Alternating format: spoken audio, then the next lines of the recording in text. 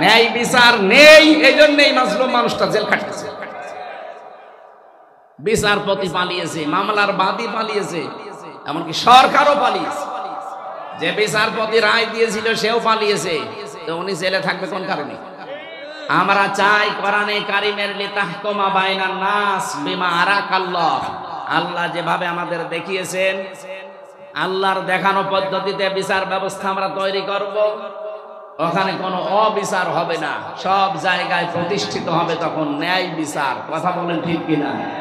এটা কি দেখার আগ্রহ আছে?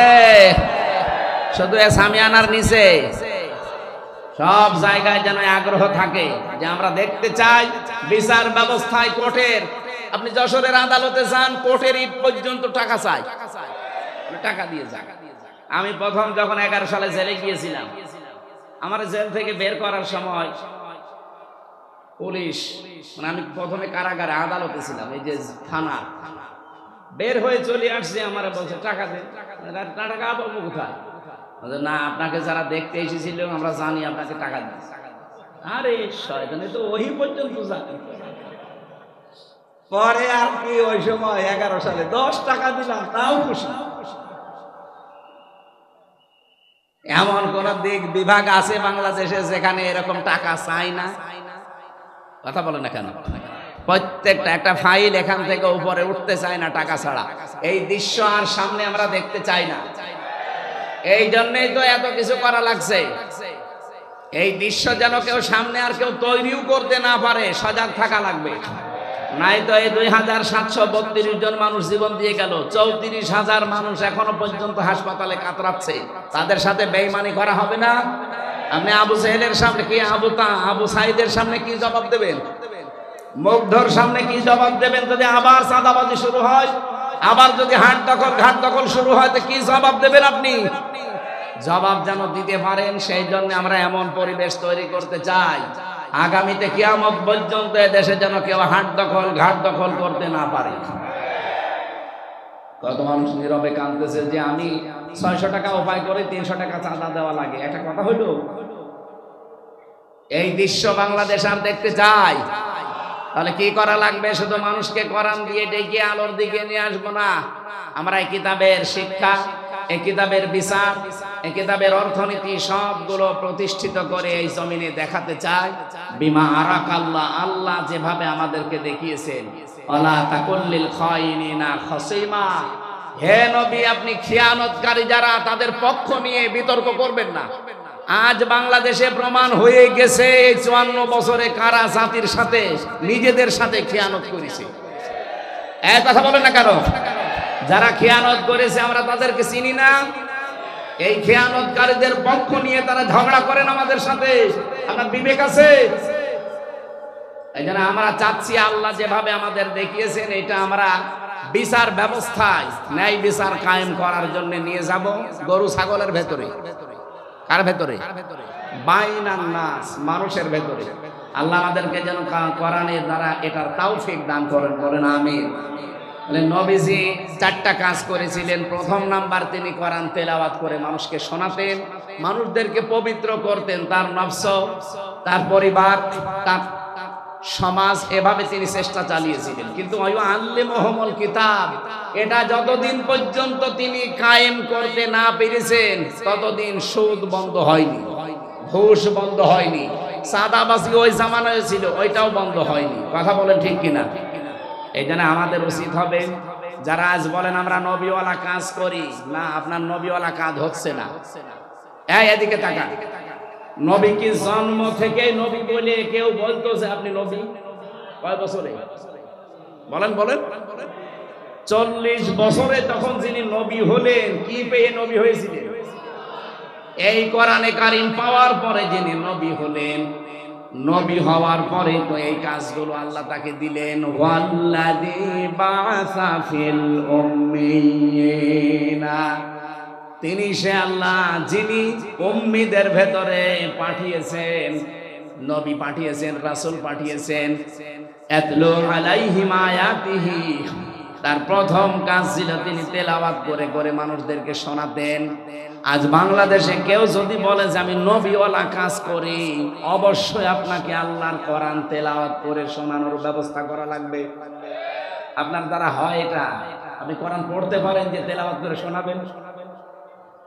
মাদ্রাসা যারা প্রতিষ্ঠিত করেছিল তাদের একটা উদ্দেশ্য আছে, তার ভেতরে এইটাও মনে হয় আছে যে মানুষ এই এলাকায় যারা বসবাস করে তারা আল্লাহর কোরআন পড়বে, শিখবে, নাকি অন্য উদ্দেশ্য আছে? তিনি তাদেরকে পবিত্র করেছিলেন। কোন পর্যায়ে পৌঁছিয়েছে তাদের পবিত্রতা? আমরা যদি আজ কোরআনে কারিম দিয়ে ব্যক্তি, পরিবার, সমাজ, রাষ্ট্রকে পর্যন্ত পবিত্র করতে পারতাম। এই যে জাকির থেকে শব্দটা এসেছে, খলিফাতুল মুসলিমিন হযরতে ওমর রাদিয়াল্লাহু তাআলা আনহু, তিনি রাতে ধরিয়ে যে আলো জয়তুনের তেল সীসার উপরে দিয়ে তিনি আগুন লাগিয়ে হিসাব করছিলেন। হঠাৎ করে ওই দেশের প্রধান বিচারপতি হযরতে আলী রাদিয়াল্লাহু তাআলা আনহু এশার নামাজ পড়ে তিনি আসলেন, ডাক দিলেন, হযরত ওমর, প্রধান বিচারপতি আলী কিসের জন্য এসেছেন? রাষ্ট্রের কোনো কথা আমাকে বলার জন্য, না ব্যক্তিগত পারিবারিক কোনো কথা বলার জন্য? হযরতে আলী ওই সময় প্রধান বিচারপতি, তিনি বললেন, না, আমার পারিবারিক জীবনে একটা সমস্যা হয়েছে, ওইটা আপনার সাথে শেয়ার করার জন্য এসেছি, পরামর্শ নেব। হযরত ওমর সঙ্গে সঙ্গে তিনি বাতিটা লিভিয়ে দিলেন। হযরতে আলীর কিন্তু মন খারাপ হয়ে গেছে, কি আমি একটা দেশের প্রধান বিচারপতি এসেছি রাষ্ট্রপ্রধানের কাছে, উনি আমারে দেখে আরো আলোকসজ্জা করবে কি, আরো আলো লিভিয়ে দিলেন। হযরত ওমর তার মনোভাব বুঝতে পেরে ডাক দিয়ে বলেন, প্রধান বিচারপতি আলী, আপনাকে আমি কিন্তু প্রথমে জিজ্ঞাসা করেছি যে আপনি কেন আসলেন, রাষ্ট্রের কোনো কাজ নিয়ে নাকি পারিবারিক কোনো কাজ নিয়ে? আপনি যেই বলেছেন যে রাষ্ট্রের কোনো কাজ না, পরিবারের কোনো সমস্যা, আমি কিন্তু হিসাব করছিলাম রাষ্ট্রের জনগণের টাকায় কেনা তেল দিয়ে রাষ্ট্রের হিসাব করছিলাম। আপনি এসেছেন পারিবারিক জীবনের কোনো ফয়সালা নিতে, জনগণের টাকা দিয়ে এই হারিকেন বা লম্প অথবা মোমবাতির যে তেল পুড়বে, এটা দিয়ে আপনার পারিবারিক জীবনের কথাবার্তা না শুনবো, কিয়ামতে আমি জবাব দেব কি? হযরত আলী বলেন, কথাটা শোনার পরে তার প্রতি ভক্তি, শ্রদ্ধা যা ছিল আমার আরো বেড়ে গেল। কি চিন্তা নিয়ে তিনি চলেন, একটা রাষ্ট্রের প্রধান। বাংলাদেশে 1628 জন মানুষ দায়িত্বে ছিল। আল্লাহর কসমে 54 বছর আমি বাদ দিলাম, শুধুমাত্র 5 বছরও যদি এই টেন্ডেন্সি নিয়ে এই 1628 জন মানুষ দায়িত্ব পালন করে দেখাতো, এ দেশটা মিনি জান্নাত হয়ে যেত। এরকম মানুষ আমরা পেয়েছি, হ্যাঁ পেয়েছি, খুব কম।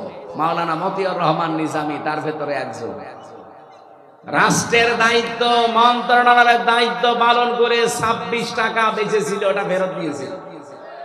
হযরত ওমরের একেবারে অরিজিনাল উত্তরসূরি না, আলী হাসান মোহাম্মদ মুজাহিদ রহমতুল্লাহ আলাইহি, রাষ্ট্রের দায়িত্ব পালন করতে গিয়ে অনবীক্ষণ যন্ত্র দিয়ে 4 আনাও দুর্নীতি খুঁজে পাওয়া যায়নি। এই ধাঁচের মানুষগুলো মাত্র 1628 জন যদি তৈরি হয়ে যেত, এই দেশটার জন্য 54 বছর লাগার কথা না, 54 দিনে এই দেশ জান্নাত হবে। আমরা ওই রকম বিষয় চাই না। এই জন্য আমার প্রথম এবং শেষ ফাইনাল কথা এইটাই, আপনাকে পবিত্র হওয়ার জন্য কোরআনে কারিমের কাছে আসা লাগবে। আর এটা দিয়ে যদি একেবারে পুঙ্খানুপুঙ্খানু ন্যায় বিচার দেখতে চান, তাহলে কোরআনের বিচার ব্যবস্থা, শিক্ষা ব্যবস্থা, স্বাস্থ্য ব্যবস্থা, এগুলো দেখাতে হবে, তাছাড়া সম্ভব না। আল্লাহ রাব্বুল আলামিন আমাদেরকে বাস্তব জীবনে যেন আল্লিমুহুমুল কিতাব এর একটা প্রেক্ষিত, এর একটা মানে রাস্তা কিন্তু সামনে আল্লাহ তৈরি করে দিয়েছেন। এখন বাংলাদেশের মানুষ চাইলেই সম্ভব কিতাবের শিক্ষা ব্যবস্থা সামনে জারি করার ব্যবস্থা করা। খালি আতলু আলাইহিম আয়াতিহি ওয়া ইউযাক্কিহিম পর্যন্ত থাকলে হবে না, ওয়া ইউআল্লিমুহুমুল কিতাবা ওয়াল হিকমা, এই দুইটা সামনে এখন দেখানোর সময়। এরপরও যদি কারো ব্যর্থতার পরিচয় দেন, আগামী 100 বছরে আর আল্লাহ এই সুযোগ দেবে না। কথা বলে না কেন? আমরা চাই শিক্ষা থেকে শুরু করে যত বিভাগ আছে বাংলাদেশে সব জায়গায় যেন আল্লাহর কোরআনের বিধান চালু হয়। বলেন আমিন। আমরা 6666টি আয়াত থেকে, যেহেতু রমজান মাস, এই কেন্দ্রিক একটা আয়াত পড়েছি, সূরা আলে ইমরান 185 নম্বর আয়াত। খুব খেয়াল করে শুনবেন, নিজের জীবনে যদি মেলাতে পারেন এই মাহফিল সাকসেস হবে। আর যদি বলেন এসেছি সুর শোনার জন্য শুনে চলে গেলাম, যান, আপনি আগে চলে যান, আমি একটা টান দিয়ে দিই, টান শুনে চলে যান নাকি? আল্লাহ রাব্বুল আলামিন বলেন, কুল্লু নাফসিন যায়িকাতুল মাউত ওয়া ইন্নামা তুওয়াফাউনা উজুরাকুম ইয়াওমাল কিয়ামাহ। অবশ্যই প্রত্যেকটি জীব মৃত্যুর স্বাদ গ্রহণ করবে। কিয়ামতের ময়দানে প্রতিটি মানুষকে আমি আল্লাহ তার পারিশ্রমিক পরিপূর্ণ করে দেব। হযরতে আবু দারদার জীবনী পড়ছিলাম, তিনি বলেন আয়াতটা পড়লে আমার কেমন যেন একটা অজানা ভয় চলে আসতো, যে কিয়ামতের দিন আল্লাহ নাকি আমাকে পরিপূর্ণভাবে আমার উজরত দিয়ে দেবে। আমার সবচাইতে বেশি ভয় হয় আমি যা কামাই করেছি সব যদি আল্লাহ আমারে দিয়ে দেয়, আমার তো টানা সম্ভব না। দুনিয়ায় বাবার বোঝা সন্তান বহন করতে পারে, সন্তানের বোঝা বাবা বহন করতে পারে। আল্লাহ পাক বলেন, ওয়ালা তাসিরু ওয়াসিরাতু উযরা উখরা। কিয়ামতের ওই ময়দানে কেউ কারো বোঝা বহন করবে না। এজন্য পৃথিবীতে যে যতটুকু পাপ করছেন ওই পাপটা আল্লাহ কিয়ামতের দিন বোঝা আকারে আপনার পিঠের উপরে তুলে দেবে। قد خسر الذين كذبوا بلقاء الله حتى إذا جاءتهم الساعة بغتة قالوا يا حسرتنا على ما فرطنا فيها। সূরা আনামের 30 নম্বর আয়াতে আছে, অবশ্যই ওই মানুষগুলো ক্ষতিগ্রস্ত হয়ে গেছে, হবে না। কদ খসিরা মাজির সিগা, অবশ্যই ক্ষতিগ্রস্ত হয়ে গেছে, সর্বনাশ হয়ে গেছে ওই মানুষগুলোর জন্য। কিয়ামতের দিন আল্লাহর সাথে যে সাক্ষাৎ হবে, আল্লাহর সামনে যে জবাব দেওয়া লাগবে, উনি যে পরিপূর্ণভাবে আপনাকে পারিশ্রমিক দিয়ে দেবে, এটা যারা বিশ্বাস করে না।